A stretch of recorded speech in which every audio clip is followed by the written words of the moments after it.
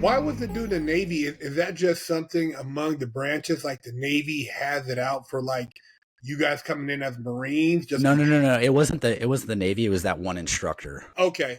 Yeah, it was that one instructor didn't like me for being a prior Marine, or that's what I kind of sensed. I forgot verbatim what he said about us Marines being super egotistical and entitled, or something like that. And I'm He like, got beat up but at one that's of the not the class of Marines in the past or something, man. yeah. But also like a lot of Marines aren't well, they are. They're pretty egotistical, but that's why they're good at just destroying cities and invading countries, is because they're egotistical. They don't believe they can be beat, and that's the whole point behind it.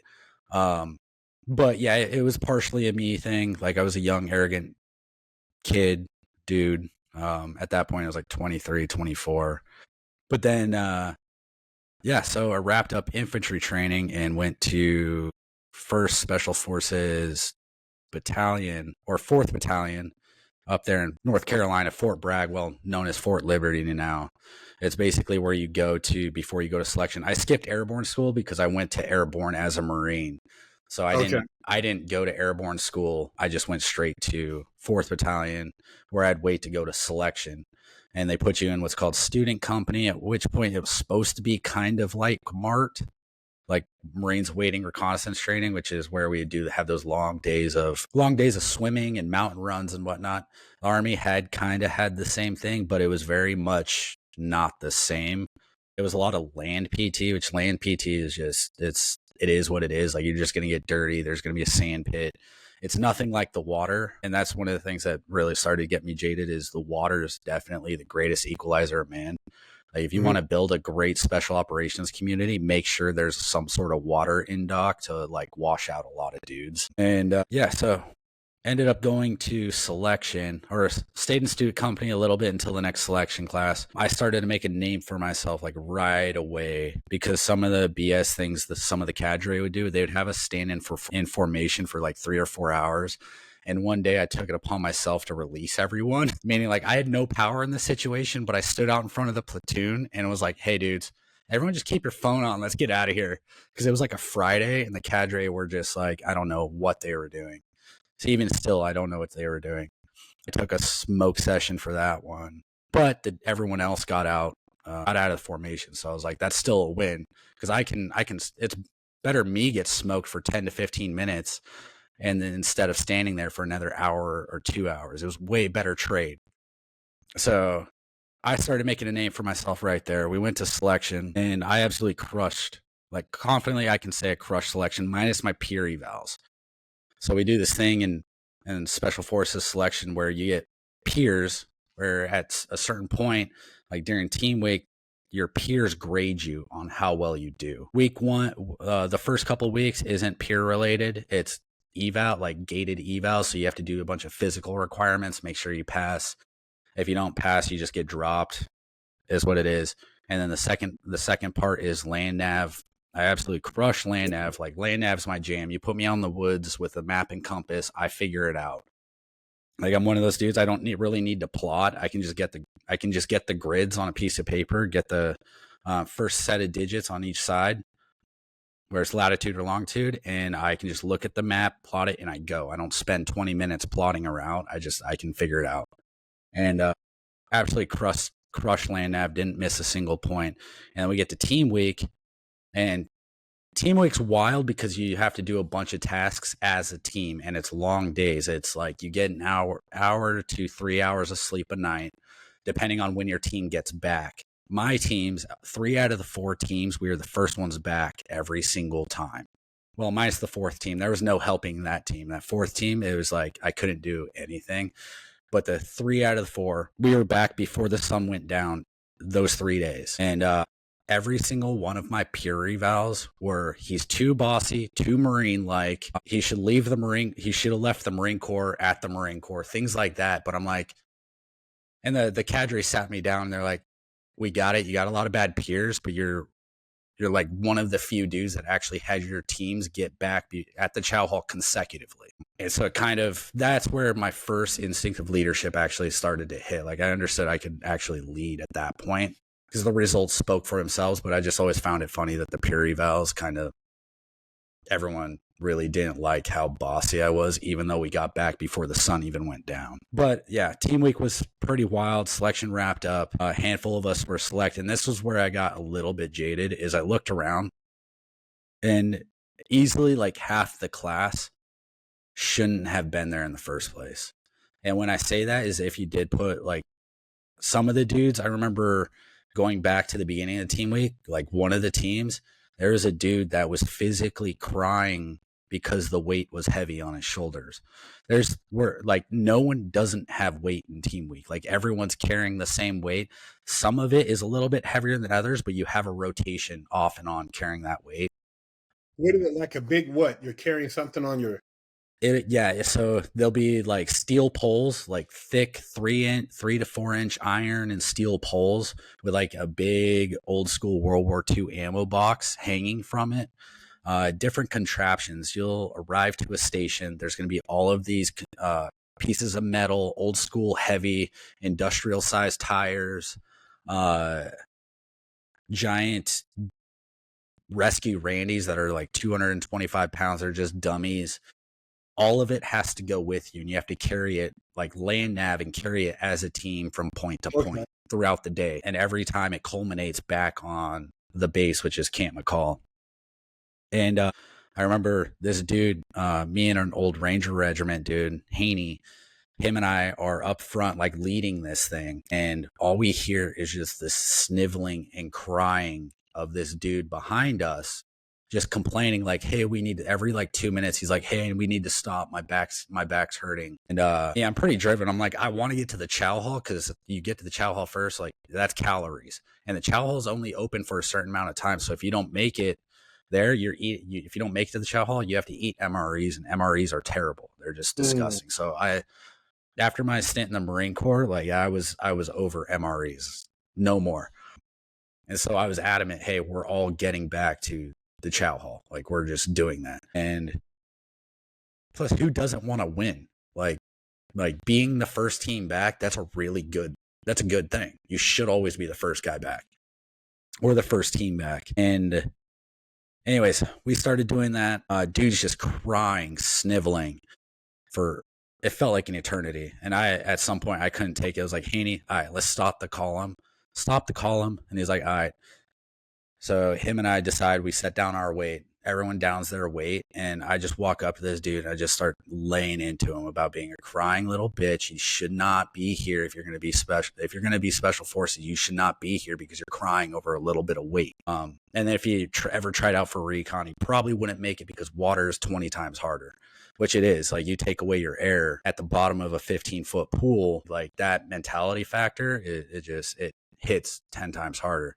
Not to mention in Mart, one of the standards is if you touch the side of the pool, that's an automatic drop on request. It means you quit. You don't have to say it. If you swim over and touch the side of the pool, you're getting kicked out of training.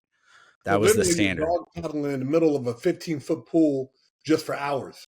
Yeah, and doing different tasks, like different cardio tasks. Like the good days were, going back to the Marine Corps training, was just treading water.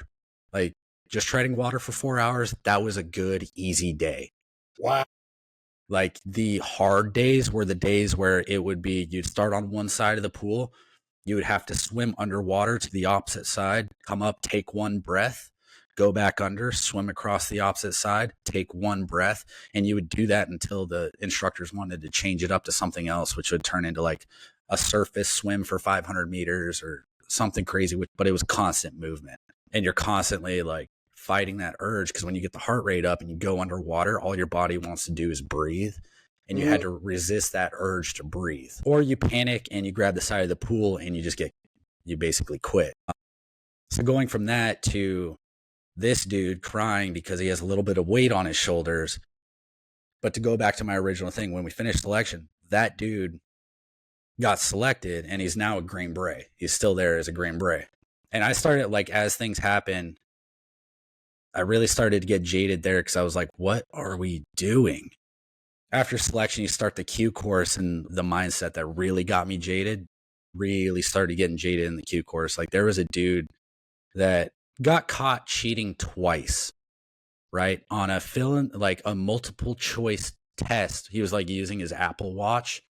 And then he tried to lie about it. And not only did he try to lie about it, at one point he tried to gaslight the rest of the class, being like, "You guys are all cheating too. That's the only reason you passed."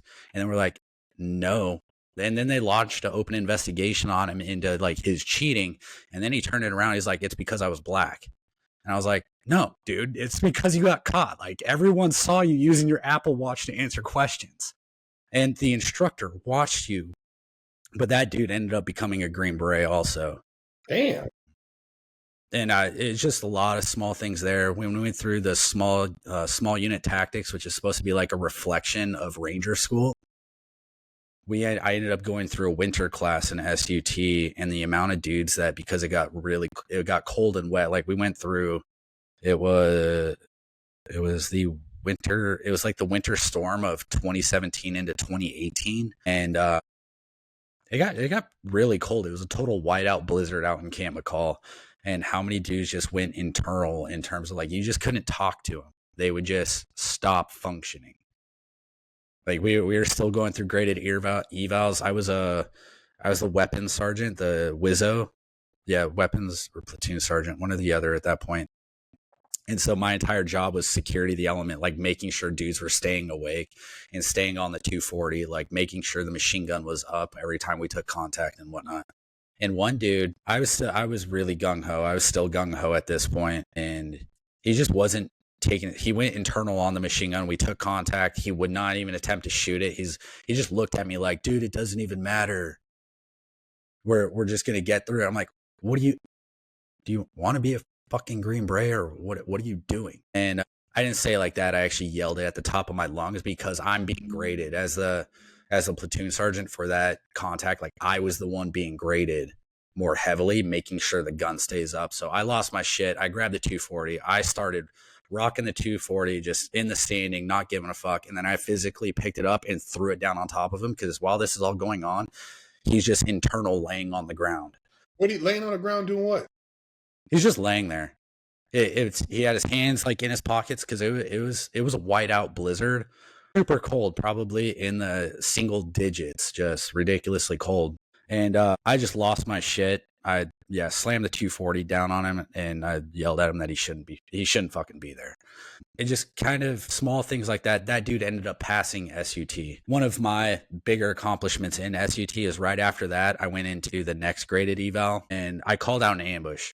It was like, I didn't call, like, we weren't conducting the ambush, but we went out in a 4-man element to retrieve like a resupply, and the captain went with us, and the captain was being graded, and the resupply was unguarded. It was out in the middle of this like kind of open linear danger area alongside of a road. And I look at him, and me with my prior recon training, knowing everything I went through as a recon Marine, like what my gunny put my platoon through some of the worst break contact drills, because we didn't acknowledge like, hey, we might be walking into an ambush. I looked at this captain, and I was like, "Sir, that's an ambush. What we need to do is we need to go back, get the entire platoon, and treat this as if we're movement to contact." Then he's like, "No, they're just 4 bags. We're going to go get it." And I got adamant. I was like, "Sir, you're going to get all of us killed, and this is going to end up as a mass cast event if we do this your way. Like, do not do this." And the cadre is looking at me like, "Dude, the cadre is looking at me like, shut the fuck up." I was like, "No, sir, seriously." And I picked up on the cadre saying this. I was like, "Sir, I'm telling you, let's not do this, because I don't want to carry dudes for miles or do anything like this." So I'm like gaming the system, because I already know this is an ambush. And no, we end up doing it, and sure enough, we do. We start to contact, and this captain, which really pissed me off, because right around this time, the 27 incident in Nangarhar, I believe, where the ODA got in contact and a bunch of dudes got killed. And they mostly got killed because, one, there was a lack of backside support. No one was spun up on this was even a possibility, or it appears that way. And a bunch of dudes got killed, but more importantly, the captain did a bold flanking maneuver on an element 30 times his size with 2 dudes. And automatically like separated it automatically separated his force, which was terrible strategic planning, or not even planning, but a terrible reaction. Well, anyways, we go up to conduct this retrieval of this resupply, and we start to take contact in SUT. And the captain freezes, and then he calls out to flank, like a bold flanking maneuver.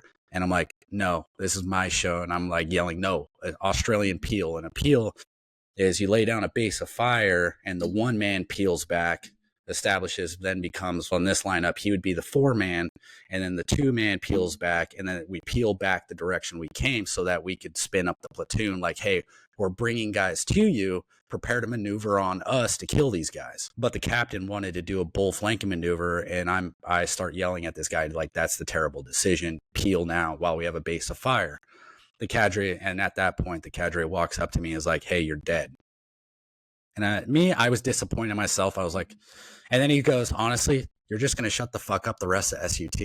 Like, he literally knelt down and said that to me. You're going to be quiet the rest of SUT. And I didn't know what he meant, but the next 2 weeks I knew. And the next 2 weeks, I was the casualty the entire time. I was literally the dude writing the Skedco. I mean, at that point, I passed SUT. Like, I was done anyway. So, but I would rather do SUT, like running around with the machine gun, like war gaming, like I did when I was a kid living on my grandma's property with a BB gun, playing war games or playing Army. And yeah, I didn't get to do that. I got to be a casualty for the rest of SUT. However, that captain ended up passing. But pretty much every contact after that incident, like, I remember taking note, just watching what he did. He would freeze. He would just freeze up. But at the same time, back then, the Q course was hurting for guys to get through the Q course. That was during the Sontag era.